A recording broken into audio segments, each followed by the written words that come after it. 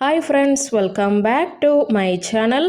Viewers, இன்றைக்கி நாம் பார்க்க போகிற வீடியோ என்னென்னு பார்த்தீங்கன்னா, உங்கள் கணவன் அல்லது மனைவியிடம் இந்த அறிகுறி இருந்தால் அவங்க நிச்சயம் உங்ககிட்ட பொய் சொல்கிறாங்கன்னு அர்த்தமாம். வாங்க இன்னைக்கு அதை பற்றி பார்க்கலாம். நேர்மையான கம்யூனிகேஷன் மற்றும் வெளிப்படைத்தன்மை ஆகியவை ஒரு உறவில் தேவைப்படும் 2 சிறந்த பண்புகள். உங்கள் துணை உங்களிடம் பொய் சொல்வதாக நீங்கள் உணர்ந்தால் அவர்களை எதிர்கொள்வதற்கு முன் உங்கள் உணர்வுகளின் மூலத்தை உறுதிப்படுத்திக் கொள்வது நல்லது. ஆனால் உங்கள் மனைவி பொய் சொல்கிறாரா என்று எப்படி தெரிந்து கொள்வது? பொய் சொல்வது ஆரோக்கியமான மற்றும் நம்பகமான உறவின் அடையாளம் அல்ல. எந்த காரணமும் இல்லாமல் உங்கள் துணையை சந்தேகிப்பது உறவுக்கு தீங்கு விளைவிக்கும். உங்கள் சந்தேகத்திற்கு சரியான காரணம் இருக்க வேண்டும். மேலும் நீங்கள் அதை கவனமாக தெரிந்து கொண்டு தெளிவுபடுத்த வேண்டும். தவறான அனுமானங்கள் உங்கள் உறவை அழித்துவிடும். உங்கள் துணை பொய் சொல்வதன் அறிகுறிகள் மற்றும் என்னென்ன என்றுதான் இந்த வீடியோவில் பார்க்க போகிறோம். அவர்களின் குரல் அதிர்வெண் மற்றும் தகவல் தொடர்பு பாணியின் வழக்கமான தோணியிலிருந்து விலகல் ஏற்படுவது பொய் சொல்வதன் அறிகுறியாக இருக்கலாம். புதிய வார்த்தைகளை உபயோகித்தல் அல்லது வெவ்வேறு சமூக தளங்களை உபயோகிப்பது போன்ற வழக்கத்திற்கு மாறான செயல்பாடுகள் பொய் சொல்வதன் ஆரம்ப அறிகுறிகளாகும்.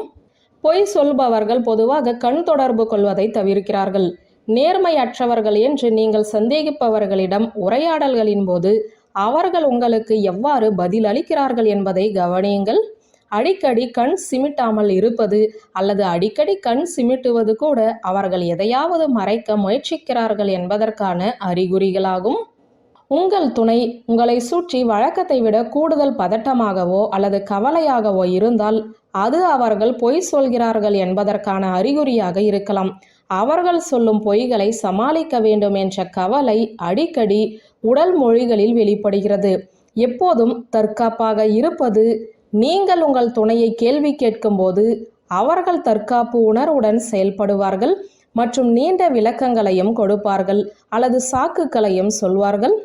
அவர்கள் தங்கள் நடத்தையை நியாயப்படுத்துவதன் மூலம் தங்கள் பொய்யை மறைக்க முயற்சிக்கிறார்கள்.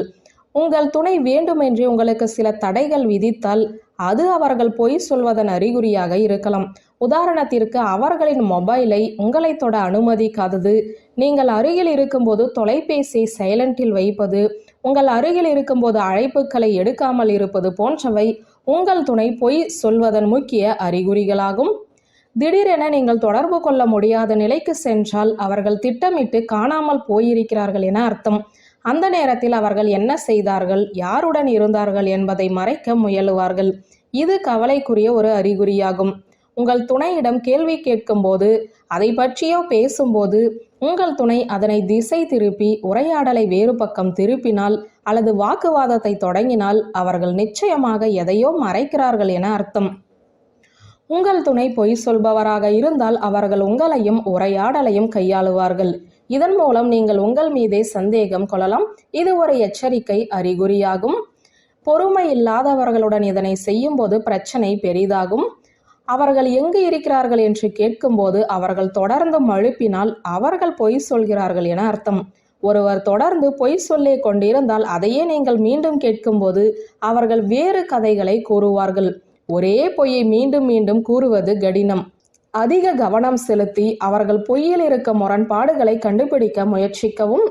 உங்கள் துணைக்கு அடிக்கடி கோபம் வருவதையோ அல்லது அற்ப விஷயங்களுக்காக நிதானத்தை இழப்பதையோ நீங்கள் கவனித்தால் அவர்கள் உணர்ச்சிகளை கட்டுப்படுத்தவில்லை என அர்த்தம்.